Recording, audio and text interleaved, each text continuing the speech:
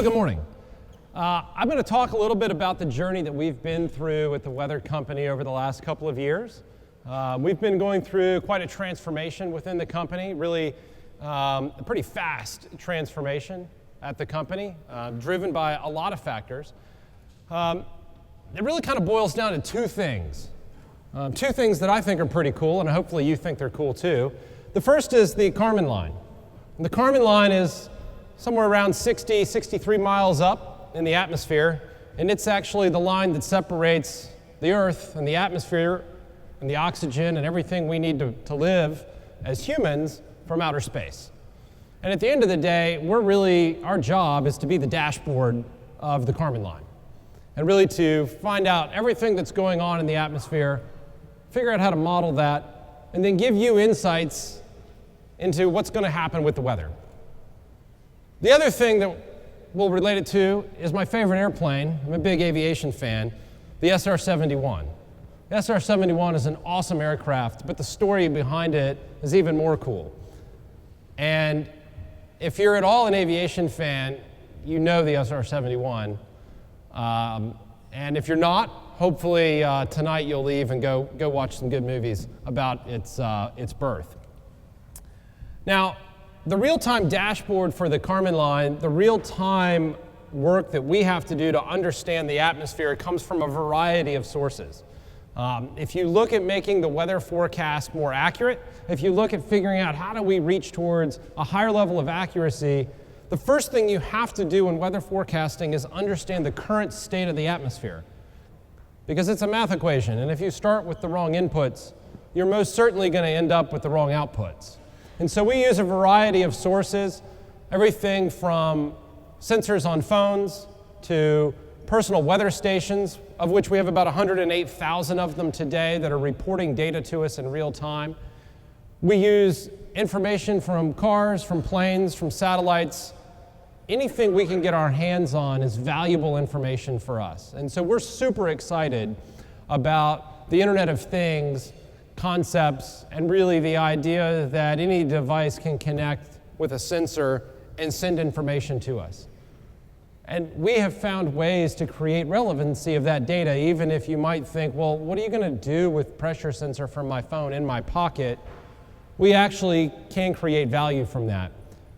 So we have a lot of activity underway over the last couple of years to dramatically change our technology capabilities so that we could really ingest thousands and thousands of data sources, terabytes and terabytes of data, and do it in real time, churn those into models, and reproduce a better forecast. Our goal at the end of the day is 100% accuracy of the forecast. We've been making great progress in the meteorological field since the advent of weather forecasting. We've gone from 47% accuracy on a 10-day forecast in the 1950s to about 72% today. It's pretty good. But it also means we're still wrong somewhere around 28-30% of the time. And for that I apologize, and you can now throw everything that you want to throw at me for ruining whatever plans you had when we just flat out got it wrong. This is a very humbling role for me because I've never been in a job where you actively published your mistakes as fast as you could to as many people as possible. Most of the time we try to hide our mistakes. We don't want people to see them, but in our field, we have the pleasure of publishing our mistakes as visibly as possible, therefore driving us to create fewer and fewer of them. And so if we can get to a place where we have 90% accuracy of our forecast, that's a dramatic change both for humans at a personal level, also for businesses, as weather impacts about 35% of the world's GDP every day. Helping businesses really make better decisions that are weather triggered is a core part of what we do. And so we're on a mission to figure out how we continue to raise the accuracy of our forecasting. And part of that starts with data sets and better information around the state of the atmosphere as we know it today. I've now walked too far from the laptop, so I have to go back. One of the great things about the company and the transformation we've been on, we've got all these new data sets, we've been churning better forecasts, we've been increasing the accuracy. That's attracted a lot of eyeballs. And for us, the shift to mobile is happening faster than we ever could have imagined in terms of eyeball shifting from both our television network, our desktop web environment, everything moving to mobile very, very quickly. And we have an incredible mobile presence, really just blowing away what our wildest expectations could be around the number of unique visitors we have every day. I can't even update the charts fast enough. I think now it's 23 million unique visitors for February, up from 19 in January, surpassing Twitter and ESPN and CNN and BuzzFeed and other big players in the mobile space. And so we're really proud about the work that we've been doing on the mobile side, and the work that we've got coming out over the next 12 months. We believe will continue to accelerate that. One of the interesting things you might not know about the Weather Company is we're the second largest location-based services company in the world. The only app that is used more frequently that's location-based is Google Maps. So we're in a fun elite club of content, of people sharing their information with us and us sharing our information back, and doing that at a really large scale on a global basis. And so just setting the foundation for what we've been able to accomplish over the last several years is we've really gone in overdrive to reinvent the business. One of the things that we talked about was the number of weather inputs drives better weather accuracy. So I thought I'd show just a quick kind of visual of what does that really mean. So in the United States, there's about 3,500 reporting stations that are like National Weather Service, NOAA-based sensors, government, Department of Defense, so official government reporting stations. There's somewhere around 3,500 of them around the country. And if you look in the Bay Area, if you look around Mountain View, there are 14 official reporting stations. And so if you were to go and look at the current weather in Mountain View based upon those weather sensors, you get a picture that looks something like this. And you'd get 14 little dots around the area. Now, for those of you who spend time in the Bay Area, you know that you can drive literally 4 blocks and the weather will change pretty dramatically. The weather at Fisherman's Wharf has nothing to do with the weather up on Nob Hill and vice versa. When we look at bringing in our data from our personal weather station network and our ability to really look at all of the sensor data that we're getting, we have about 96 locations that we're able to bring in and get a better view of that same footprint. So going from 14 to 96, just visually, you kind of get a feel for why that's important and how that helps us be the world's most accurate forecaster by bringing in that data, churning it, and using it, even though it's coming from a crowdsourced environment. We use that crowdsourced data in our forecasts, and you can see the difference between this and this. Now, this whole journey we've been on dates back to 1982, when the company started as the Weather Channel. And the Weather Channel was meant to be a 24-hour weather network. At the time, we took the National Weather Service forecast, and we simply put it on air. And that was really the extent of the science that went into it in the very early days of the network. And so we've come quite a long way from that to where we are today. And it really started with a massive revolution in how we were looking at forecasting just a few years ago.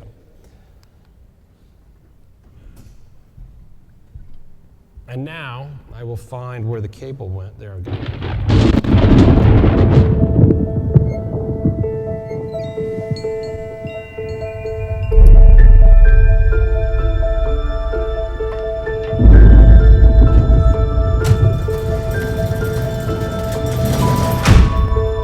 Nothing impacts my livelihood more than weather. Even just a couple of years ago, I didn't always have enough time to prepare for the worst nature had to offer. We're already seeing evidence of a very serious tornado threat today. But things have changed. Everything is becoming connected, and that could mean the difference of another minute to protect my business and my family. Because when it gets bad, seconds matter.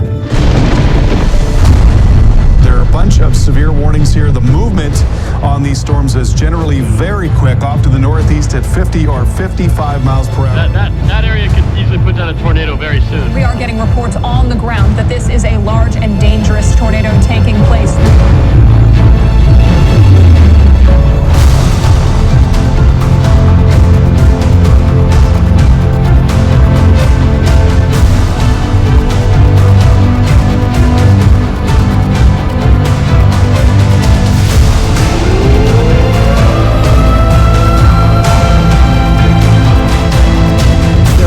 Tornado on the ground, folks. If you are listening to us, you need to be in a shelter right now.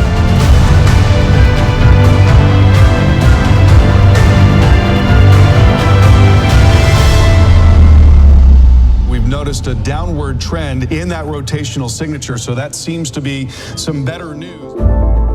Speed and information are vital to me. Having both gives me the confidence to prepare for what's next.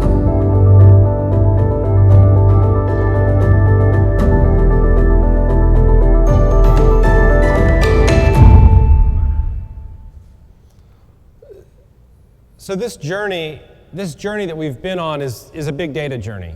And it's all around figuring out how we can leverage every single data source that we can possibly ingest, churn that at the most rapid speed possible into the most useful information, and distribute that at extremely high volumes. When we went through this change, we had to really restructure the entire company. And so a few years ago, we went through and we rebranded ourselves from the Weather Channel to the Weather Company. We went to a divisional structure within the company focused on our TV network, our digital platforms, our B2B environment, our international work, as well as the work we do in the ad serving space with a platform we call WeatherFX, where we look at the intersection of consumer behavior and weather in real time and help target information and ads through a platform for our customers. And so really a complete transformation of the business that was centered around this journey that we knew we needed to be on. And as we've done that, we've been able to dramatically grow our value and our work in the B2B space. So most of you know us as the Weather Channel. You use our apps.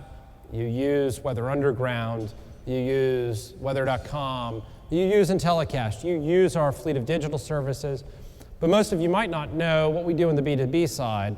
And we power 19 of the top 20 airlines in North America, 50 to 60,000 flights every day, where we're working in the Flight Operations Center doing the flight forecasting, taking telemetry off the aircraft in real time, looking at turbulence and rerouting aircraft and flight plans to work our way around turbulence. Now, not based off what pilots are saying, but based upon what sensors in the airplanes are telling us. Doing that in real time, sending those modified flight plans back to the aircraft and routing around problems. We're the world's leading energy forecaster, as well as the fastest growing insurance weather service provider. So a lot of work in our B2B space. And all of these things, when we said, hey, we want to go do this, let's reinvent the company, we kind of looked back and said, wait a minute, do we have the base of technology to do this? And in some areas of our business a few years ago, we looked back and we looked around us and we said, whoa, wait a minute, we still have some of our original 1982 tech lying around, including a VAX.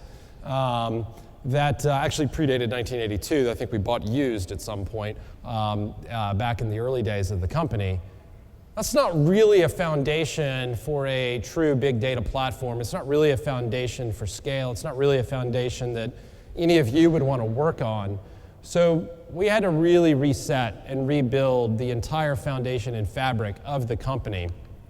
And we knew we needed a global platform that could scale. We knew that we were handling weather information on close to or slightly over 1 billion devices, mobile devices around the world. We knew that we were going to be seeing transaction rates around 100 to 150,000 transactions every second. We knew that we wanted to ingest data from hundreds, thousands of unique data sources. We had to really start over from a data perspective and from our platform perspective. And the first side of that was data ingestion. And as we looked at that, we needed to make sure that we were building a system that was highly scalable, highly available, loosely coupled, and could work foundationally from a global perspective in a public cloud environment. We wanted that environment to be able to work with a variety of data sets that are anything from a signal from my phone to binary stream of data off of a radar dish to satellite imagery, you name it. We've got scientific models, all kinds of different types of data with different velocities, different storage requirements, different needs around how that data is going to be used within our modeling environments. And so complete overhaul of how we looked at data ingestion across the company was really job number one. And one of the main goals of doing this was to make sure that we weren't building it for anything that we knew of today, but we were building it for flexibility of the future, because we don't really know what the future holds. We don't know what the next cool device is going to be. We don't know what the next sensor is going to be. We don't know the next data set that can be useful for us. And so we needed to make sure we were building a system that was highly, highly scalable, but highly adaptable. And so there really isn't like a requirements document that you can build or write down and say, this is exactly what the platform needs to be able to handle 2 years from now, because we have no idea. And so those were some of the main design principles and main things that went into the data ingestion side of our data platform. Clearly then you have to be able to store these data sets. We've taken multiple approaches to do that. Some of those are worked out well. Some of those probably need a little bit of retooling. But fundamentally, running a data environment, today we run in 4 AWS environments, 2 in the US, 1 in Europe, and 1 in Asia. Those environments are ingesting and storing data somewhere around 4 gigs of data a second being managed around those environments. And so the storage requirements and the storage types, we did, some of that was just hedging our bets because we didn't know exactly how different technologies were going to play out. But some of that was obviously driven by the requirements themselves of different types of data and the different use cases that we had for how we were going to use that data. So using things like React or Cassandra, as well as bringing Redshift into the environment, gave us the flexibility that we needed. So then you get to the fun side of the platform, because you can do all that work, but if you're not doing anything with the data, what does it matter? So clearly the distribution side of the platform was super critical, and we knew that we needed to make sure that we could scale this and perform at an extremely low latency level. So our target was 150,000 transactions a second at less than 11 milliseconds. And so that required a lot of work around how we built it, the techniques and the technologies that we used, how we dealt with the constant debate between a fine-grained and a coarse-grained service, and a lot of work that went into this. And today, this platform powers everything from the Apple iOS 8 widget, that's the default weather app on every iPhone, all the way through to our websites and our mobile applications. If you have an Android device and you have Google Now on it, all of that, including all of just Google's weather, if you just Google it in the one box or search it. So just a huge variety of use cases on the distribution side. And we're really proud of what we've been able to do with that. We still have a lot of work to do to continue to grow it.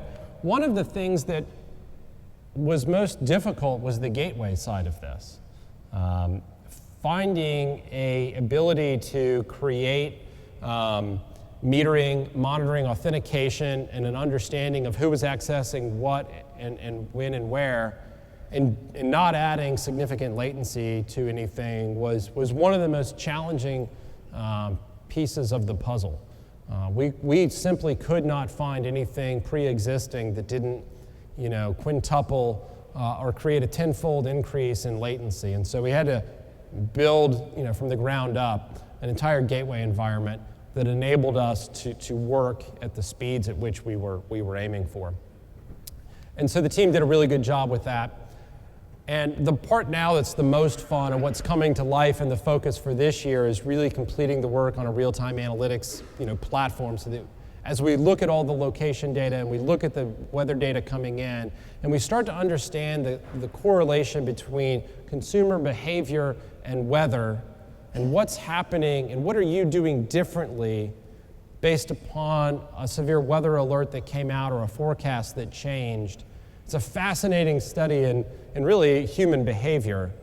And so the analytics platform that is built today and will continue to evolve throughout the course of the year is really going to be the most exciting thing for us as we learn an incredible amount about how people are looking at our platform.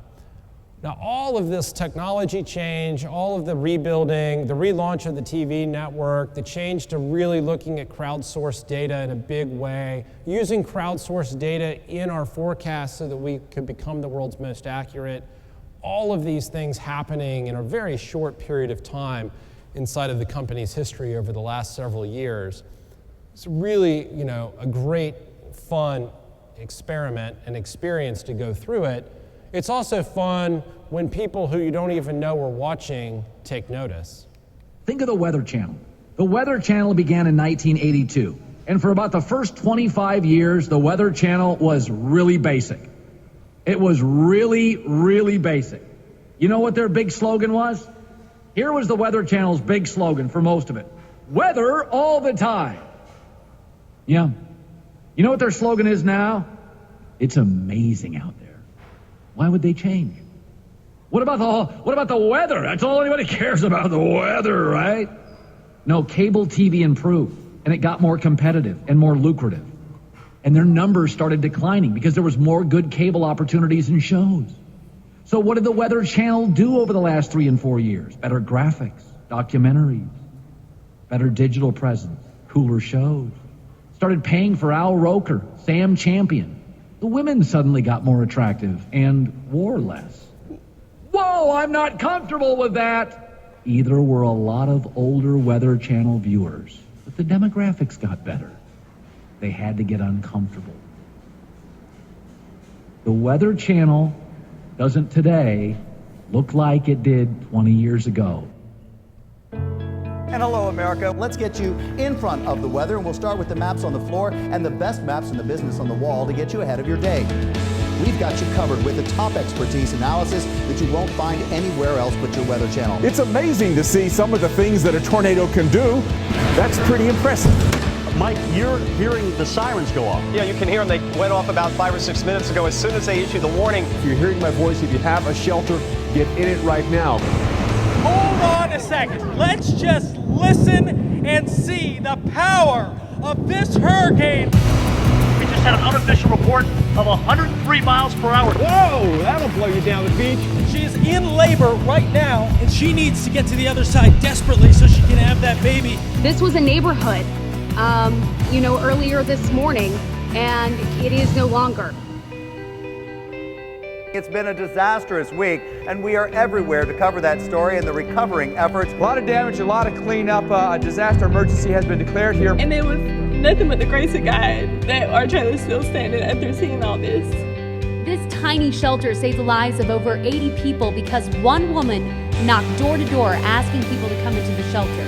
Just laying there in pieces. So what do you do now? What do you do now? So Butler is a therapy dog, especially for the Weather Channel. Say hi, Butler. Does he make you feel better when you have him? I want to be there for people when life is at its worst. This is part of being human.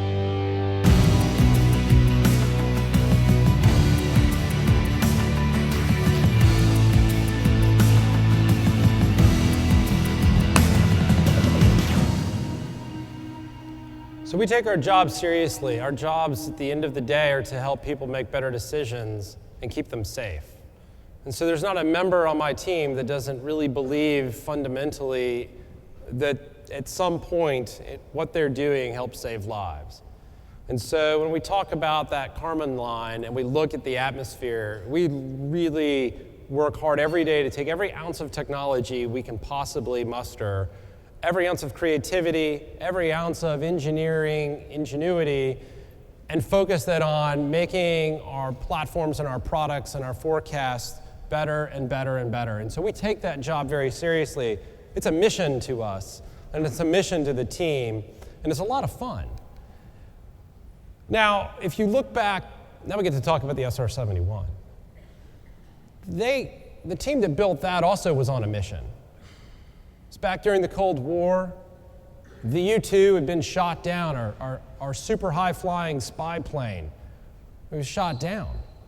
We didn't have a choice, but we had to go and completely reinvent how we were thinking about collecting intelligence as quickly as possible, and we had to do it, we had to create it overnight.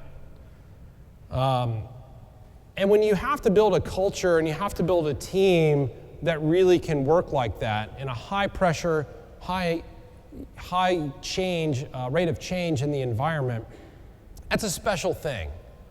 You guys have probably all been part of teams where you're right at the crunch time of a project, and the energy and the adrenaline is flowing and it feels good and it's fun and the music's cranking.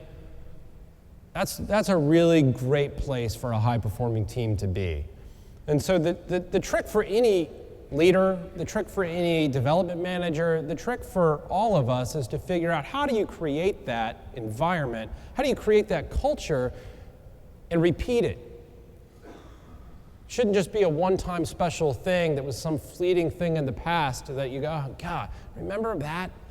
So if you study the project, there were so many issues and challenges to create an aircraft back, in the late 50s and early 60s.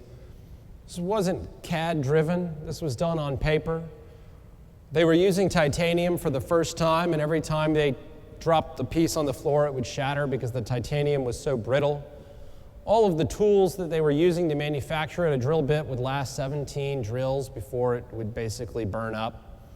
These were the challenges that the team was facing, not unlike some of the challenges we face in technology today when we're dealing with new types of technology that's very brittle. Sometimes we don't even have to drop it on the floor and it breaks.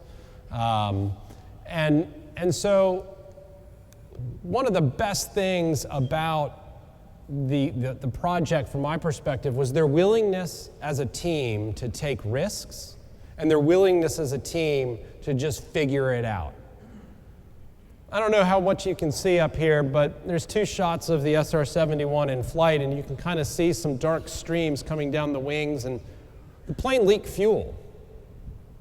They couldn't, as the plane flew, it would expand and contract in size because of its speed and heat that it generated. And so when the plane was on the ground, they never could figure out how to get the fuel tanks to seal. They just couldn't figure it out. And so it was just an acceptable design flaw. And that as the plane took off and it heated up, it would expand and it would seal those leaks, and then it would be okay. So the plane, after every single flight of its entire career, immediately after takeoff had to go and refuel because it had basically leaked out all of the fuel up to get up into the air. Now, I don't know about you, but the thought of building an aircraft on purpose that leaked fuel and that was just an acceptable design characteristic, that's pretty cool. I mean, think about doing that today. You would never be, it just wouldn't be okay. This project would have never occurred, never would have gotten off the ground, pun intended. And so we have to think differently if we're going to continue to innovate with technology. And I think fundamentally it comes down to figuring out where you take risks, calculated risks. A leaking fuel tank on an aircraft, I'm not even sure I would have the courage to say, yep, let's do that. But if you look through the long list of design flaws of the airplane, you're just in awe that the thing ever worked. And you're in awe that the team would just persevere through it and push through it. And so when you think back and say, well, you know, this is the fastest aircraft that's ever flown. It hasn't flown in 15 years. It was retired 15 years ago. It had been retired a few times and pulled out of mothballs, and then it finally retired 15 years ago. It still today holds every altitude and speed record for a human-flown jet-powered aircraft. It flew from New York to London in 1 hour and 54 minutes, from London to LA in 3 hours and 47 minutes. It flew from St. Louis to Cincinnati in 8 minutes. I just think that's cool. There's really no other reason to have that up there than I think it's cool. At cruise, the aircraft was about 600 degrees, and this is what sealed those fuel tanks. It would actually grow about 3 to 4 inches in length and about 2 inches in width. And so here you have an aircraft made out of titanium, leaking fuel, and the whole thing is just built to expand because of the heat and because of the speed of Mach 3, Mach 4 flight. Phenomenal. It could photograph an entire swath of North Korea in 7 minutes. I think that's a pretty cool stat. One of the records, I think it was the New York to London run. You know, when you set an official record, you have to do a two-way average. You don't just get to go one way. So on one of its runs, it was taking off for its return flight home, and one of the engines went out. And basically the pilot was like, well, screw it. We're already up here. He left the speed gate at the other end at Mach 3.2 with one engine and still set the record that stood for 15 years. If we think about technology and we think about the apps that we build and the technology we build, there's always those cool pieces of technology that stand the test of time, that are so good that it's really hard to get rid of them. And sometimes the stories that go into making those pieces of technology work they're just awesome stories. And they involve risk-taking, they involve a lot of unknowns and uncertainty, and a lot of just perseverance to just push through the unknown and not second-guess yourself, not stumble, not question, not back up, not rethink, but just to push through. And over the course of the plane's service, more than 1,000 surface-to-air missiles were fired at it, and it was never shot down. So its goal of being a spy aircraft that could not be shot down to solve the U-2 issue was a pretty good batting average. The pilots, if you watch them interviewed, they say, yeah, every time anybody fired a missile at us, we would just kind of floor it, and we'd just outrun the missile. That's pretty badass. I want that plane. So the way I look at that and the way I look to bring that to life in my team is an analogy to music. I love music. I love live music. Big fan of AC/DC, Vincent, but bigger fan of Rush, to be fair. But I would much rather go see a live show than listen to something pre-recorded. I love the energy of a live show. I love the mistakes that happen during a live show. It's just real. You know, pre-recorded music, it's all perfected. There's hundreds and hundreds of tracks that are pulled together to get the exact right sampling.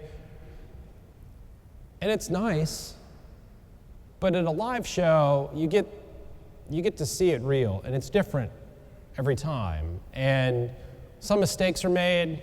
The drummer might drop his stick, the guitarist might drop his pick, might be feedback. Who knows what happens?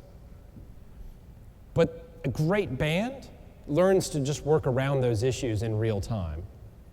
The guitarist will play an extra riff, let the drummer pick another stick up. Stuff happens. The band reacts in real time to everything going on around them. And just like a high-performing technology team or an engineering team, we have to do the same thing. And so the concept of, well, let's just go and create this perfect plan and build a run book, and it just doesn't work. That's not real life. Because all of these things are constantly happening around you, and you have to react to them. And a great team learns to come together, and a great team learns to work together, and a great team covers for each other.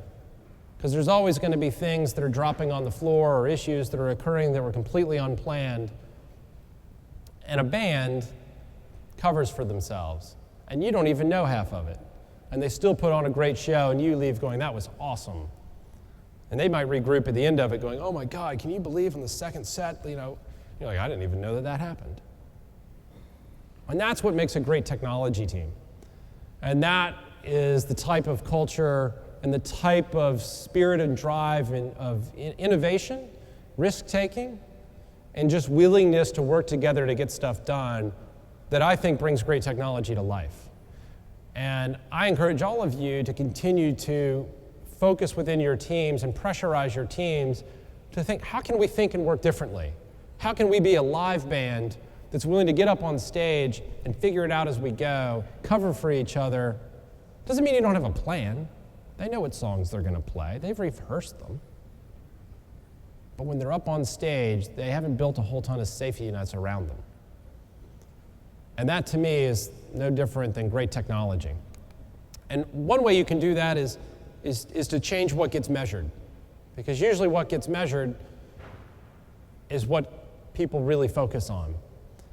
And if you think about availability and uptime and server response times, there's kind of two ways to look at the world. You can kind of look at it by system, the green dots across the top. Everything's great. All my systems are good. Everything in my shop's good. But yeah, if you look at it from an end user perspective, there's whole parts of the world where things just don't work. And so if you're a band, you can't just play your songs with individual people doing good things, and at the end, people aren't hearing great music. And so it doesn't matter to me if all of the systems are good. What matters to me is what that end user performance is, what that end user experience is, how are people perceiving our products. And so the band, the team, your engineering groups should be gauged and graded on the collective result of the team, not the individual components that make it up. Clearly, if you're a DBA or a network guy or gal, or everybody's got their role to play, and those are important. Because if any of them don't work, then it doesn't work. But at the end of the day, you can't stop there. You have to look broader than the individual components if you're going to be a great, great team. The other thing we have to do, and this is something that really, and I look around and I talk to my fellow CIOs and I look at the challenges they face, and so much of it is just funding and money and budget. Nobody ever has enough money. Everybody's always got issues. They're getting pressurized to decrease costs. Part of the thing we have to do in the technology world is change the conversation we're having related to the cost of running technology. It's not about the total cost, because I can't control how many people are going to fully utilize what we put out there. But I can control what it costs per unit. So $1 of gas, or a gallon of gas, I can't necessarily, I have to help my company realize that, I can control what that gallon costs, but I can't control how much you put in. When I was a teenager, I would just go to the gas station and I would just put in $5 because that was all I had. But in the technology world, we have to have a full tank of gas because we never really know what's going to happen, but nobody wants to pay for the full tank, and so we get in these constant just budget battles that then cause us to make bad decisions. So I encourage us to change the conversation, and instead of talking about the total cost, talk about the unit cost. Are we driving down the unit cost of delivery of whatever it is that we're trying to do? And if we drive that unit cost down, then we've really changed the conversation.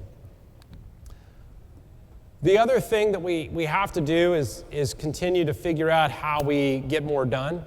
We're all facing competition. We're all facing these challenges. We all have our own version of, oh God, the U-2 just got shot down. We got to get another plane in the air really quick, and we don't have it. We all face that. That's our life.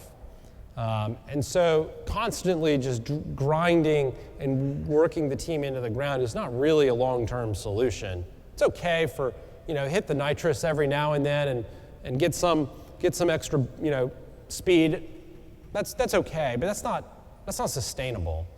So figuring out truly how you can get a follow the sun environment in terms of your workforce and really leverage the hours when we really should be off at the pub, at a ball game, or sleeping, or goofing off, how do we leverage those hours to become productive for us as well?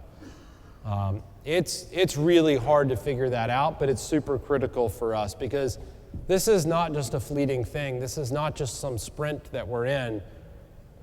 Technology is now the cornerstone and foundation of every business and every company that's out there.